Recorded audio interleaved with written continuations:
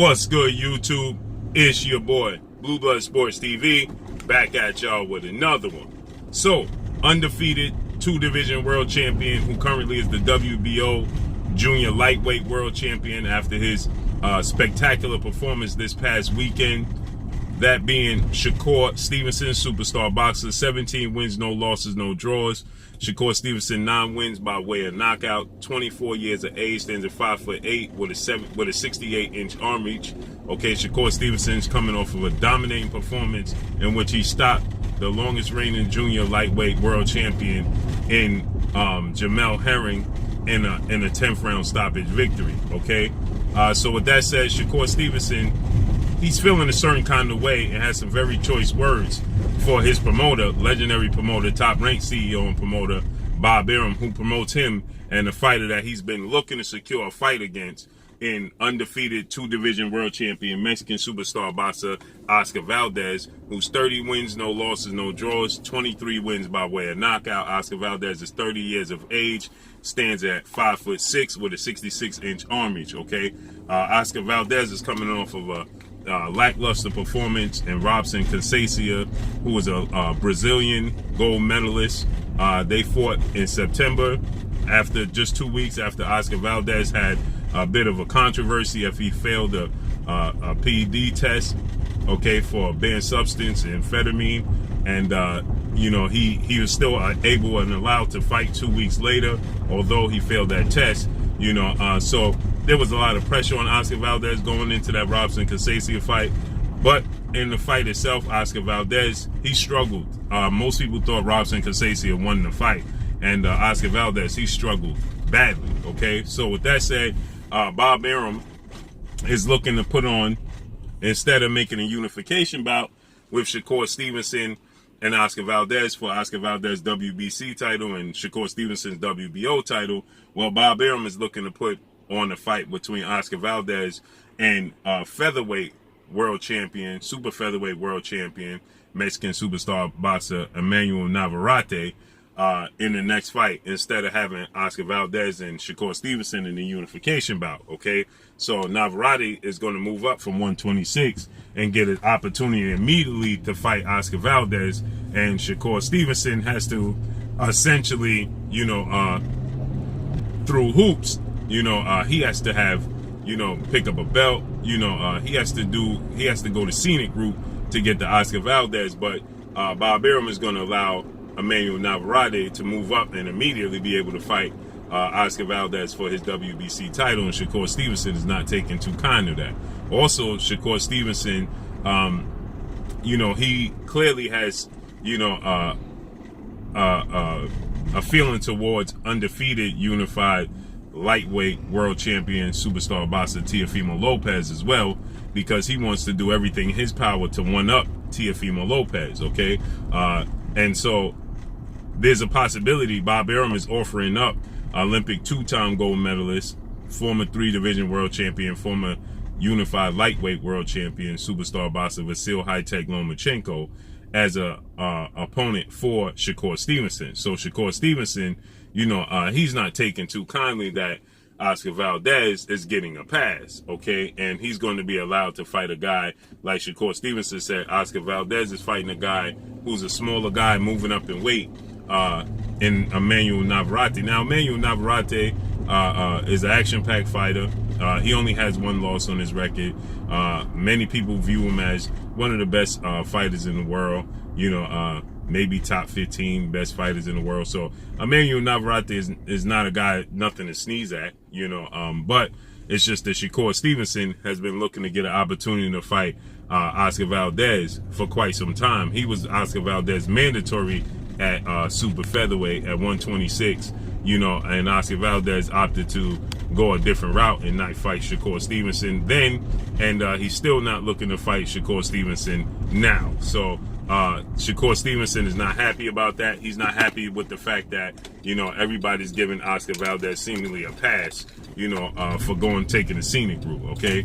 Shakur Stevenson, I personally asked Shakur Stevenson about fighting, you know, Oscar Valdez, and maybe his performance was too dazzling, and it's going to keep Oscar Valdez away from Shakur Stevenson even more that performance against Jamel Herring. And Shakur Stevenson, he stated that, you know, the Mexican fan base is not going to keep allowing Oscar Valdez, you know, to keep maneuvering around him. They're eventually going to put pressure on him to have to take that fight. So Shakur Stevenson believes that, you know, eventually the fan base is going to put the pressure on Oscar Valdez and make him take the fights. But Oscar Valdez essentially is going to stand behind his promoter in Bob Arum, and Bob Arum is not eager to make a fight between Shakur Stevenson and Oscar Valdez, because Shakur Stevenson and Oscar Valdez are two of his biggest drawing powers under Top Rank banner. So with that said, Shakur Stevenson is not happy with that. He says Bob Arum is protecting Oscar Valdez because he knows what the outcome is going to be. And you can't help but to feel like that's the same, you know, the same feeling, because, you know, there's no way. It's just simple mathematics. There's no way Oscar Valdez should be fighting Emmanuel Navarrete. Now, I understand, you know, Emmanuel Navarrete is an action-packed fighter, and you make Oscar Valdez and Navarrete, and, you know, they both action-packed fighters, and you're going to get excitement and things of that nature, right? Emmanuel Navarrete, 35 wins, 1 loss, no draws, 29 wins by way of knockout, right? He is 26 years of age. He's a big guy, 5'7" with a 72-inch arm reach. So he's essentially the same size as Floyd Mayweather, okay? So he's a big guy, okay? And Emmanuel Navarrete, he's action-packed, he gets knocked, so I can understand the matchmaking. But it's just, it should be common sense, and it should just be a no-brainer that you should have a unification bout, and Oscar Valdez should have to face off against Shakur Stevenson. This is a long fight. This is well overdue, okay? There's no way that this fight should just still be being talked about and not coming to fruition, because, like I said, Shakur Stevenson was Oscar Valdez's mandatory at one point in time. So it just makes all the sense in the world, okay? Now, what is surprising to me is that Shakur Stevenson continues to make mention of TEOFIMO LOPEZ, okay? That is surprising to me. Why? Because, you know, TEOFIMO LOPEZ is obviously a weight class above him, but there's clearly some tension there, because he wants to one-up TEOFIMO LOPEZ. So he says he's going to make a statement if he's able to get the fight with Vasily Lomachenko. He's going to make a statement out of Vasily Lomachenko and get an opportunity to one-up TEOFIMO LOPEZ. Now, is that because he feels like Top Rank views TEOFIMO LOPEZ as a darling of theirs? He's with Top Rank as well. TEOFIMO LOPEZ is, Oscar Valdez is, Emmanuel Navarrete. All these guys are with Top Rank. And he's having a hard time securing these fights. So he says that he's going to make an example out of Vasily Lomachenko if they don't give him the Valdez fight, and he's able to secure the Lomachenko fight. He's going to make an example out of Lomachenko, and you know, he's going to one-up, do so, and one it up. So essentially, he's able to one-up TEOFIMO LOPEZ, and at the same token, he's able to, you know, get a legacy fight and make a statement for Bob Arum and Top Rank for not giving him that Oscar Valdez fight. Now, I can't help but to notice that I feel like this. That Top Rank and Bob Arum essentially are looking at Lomachenko now as, you know, collateral, right? And the reason I say that is because he lost to TEOFIMO LOPEZ. He lost some of his luster. Now, he did have the big comeback win over Nakatani when he stopped Nakatani, and TEOFIMO LOPEZ, we know, struggled with Nakatani, but he still got the victory. But he stopped Nakatani, right? So, you know, he made a statement. Now he's going to fight another one of TEOFIMO LOPEZ's former foes, and Richard Comey, former IBF lightweight world champion. That's scheduled to take place December 11th. So he's looking to make a statement. Lomachenko is trying to put himself back in that conversation. But Lomachenko, he lost to a journeyman in Orlando Salido, who was a world champion. But he was the underdog in most of his big fights. But he beat Lomachenko. And, you know, he's now lost to TEOFIMO LOPEZ via unanimous decision. So I can't help but to think at 33 years of age, you know, he has a loss now, 2 losses on his record. So he's come back down to earth, as many people had him. You know, the Matrix, Lomachenko, when he was making all his opponents quit on the stool in their corners, and, you know, he was the Matrix, and he was viewed as the best pound-for-pound fighter in the world, and he was untouchable, and his angles and his footwork, and you know, it was just being overstated, in my opinion, overblown. But nonetheless, I just feel like, you know, they feel Bob Arum, Lomachenko is still a big fight, but if Lomachenko loses, there's no sweat over their back. You understand what I'm saying? Because essentially the aura is gone from Vasily Lomachenko. Now he's still a legacy fight for Shakur Stevenson. Bob Arum wanted to have TEOFIMO LOPEZ versus Vasily Lomachenko rematch, but TEOFIMO LOPEZ has no interest in fighting Vasily Lomachenko in a rematch. So again, it's a situation where essentially it's collateral. Yeah, we're gonna give you Lomachenko. Still a big fight, still a legacy fight, big name, right? But the future is dim for Lomachenko, right? The future, his legacy and everything is already set. You know, there's no more growth. Yeah, you know, if he comes back, beats TEOFIMO LOPEZ and things of that nature, that would be wonderful. But TEOFIMO LOPEZ has no interest in fighting Vasily Lomachenko in a rematch. So here we could give you, you know, Vasily Lomachenko is still a legacy fight, and Shakur Stevenson beats him. Oscar Valdez is only 30 years of age. He has no losses on his resume. A lot of hype, a lot of buzz surrounding him, good, bad, and indifferent. Is good publicity for Oscar Valdez, you know. So do they want to run the risk of Oscar Valdez losing? No. Or Vasily Lomachenko? No, they'd rather Lomachenko. Now, Shakur Stevenson says he wants to clean out the division, which again is surprising that he keeps you know, taking these opportunities and these jabs at TEOFIMO LOPEZ, because TEOFIMO LOPEZ is essentially talking about possibly moving up to 140 in the near future for himself. But Shakur Stevenson, he wants to fight TEOFIMO LOPEZ, okay? And that's a great fight. I think Shakur Stevenson would beat TEOFIMO LOPEZ. I think he would win a unanimous decision against TEOFIMO LOPEZ because of his style, okay? He would be able to counter TEOFIMO LOPEZ. He would be able to see what TEOFIMO LOPEZ is coming with. You know, he's quicker. You know, he doesn't have as much power. TEOFIMO LOPEZ has power, so obviously Shakur has to be, you know, on his P's and Q's 24/7 in the ring. But I think he's just a better pure boxer. I think he has better reflexes and definitely has better defense. So I would favor Shakur Stevenson to win that fight.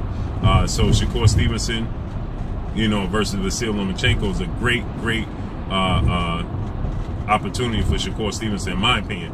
In my opinion, I'm not mad at Shakur Stevenson versus Vasily Lomachenko over first before he fights Oscar Valdez. And the reason that I say that is because it's a legacy fight, and you get to get Lomachenko before he completely exits the sport of boxing, okay?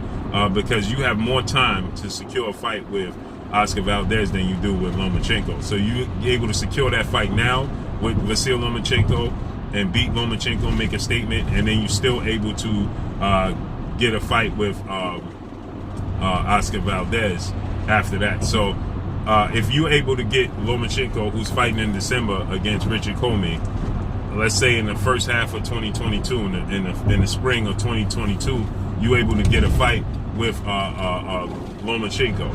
Okay, Oscar Valdez is probably going to fight Navarrete in the spring of 2022 as well. You beat Lomachenko, and Oscar Valdez beats Navarrete. Well, the fight got even bigger now. Okay, now it's legit, and you can make a case that it's a legit pay-per-view fight between Shakur Stevenson and Oscar Valdez. Okay. Now you have a true leg to stand on and say, listen, this fight needs to be on pay-per-view for sure, okay? And it's a unification bout. Then that allows, now you're coming off a win over Vasily Lomachenko, because Shakur Stevenson wants to be undisputed at 130, okay? He wants to do something that Floyd Mayweather never done, and that's become undisputed. So he gets a fight against, you know, Lomachenko, beats him, okay, who was the dominant force at 130 before he moved to 135, okay? That's when he was known as Lomachenko, okay? So you get that fight, and then you fight against Oscar Valdez in the spring, in the summertime, and you beat Oscar Valdez in a unification bout. That also allows time for you to be able to allow Christopher Colbert to build up his resume. Okay, now you get a mega fight between yourself and Chris Colbert. In well, Oscar Valdez, Shakur Stevenson probably be a rematch clause. So you get the Chris Colbert fight, and I would say in maybe in the fall, winter time, mega fights, right? So I personally like the Oscar Valdez fight second after the Lomachenko fight. But Shakur Stevenson, he wants it now. He's tired of him being protected. So Shakur Stevenson is on a tear to solidify himself as the best fighter in the world, and he has fighters like TEOFIMO LOPEZ and Oscar Valdez setting his sights. And I think this version of Shakur Stevenson, as he stated, we ain't even see the best of Shakur Stevenson, not even close. I think he's going to steamroll Vasily Lomachenko. I think he's going to make a statement, a bad statement out of Vasily Lomachenko, a surprising statement to most out of Vasily high-tech Lomachenko. So let's see how this unfolds and plays out. But that's all I got for y'all. Make sure you hit the like button. Drop a comment in the comment section. Let me know what y'all think. Y'all already know what it is. It's your boy Blue, Blue Blood Sports TV. Hate, like, comment, and subscribe. If you haven't subscribed, hit the subscribe button, hit the like button, hit the bell icon to get all the new notification. Follow me on Instagram at Blue Blood Sports TV, all one word. Y'all already know what it is. Shout out to the entire LDBC. Shout out to New Media. Shout out to Black Media Row. Make sure you like and share these videos. That's all I got for y'all. Peace. Hi, my name is Heather Vahid Hardy, and you're watching Blue Blood Sports TV.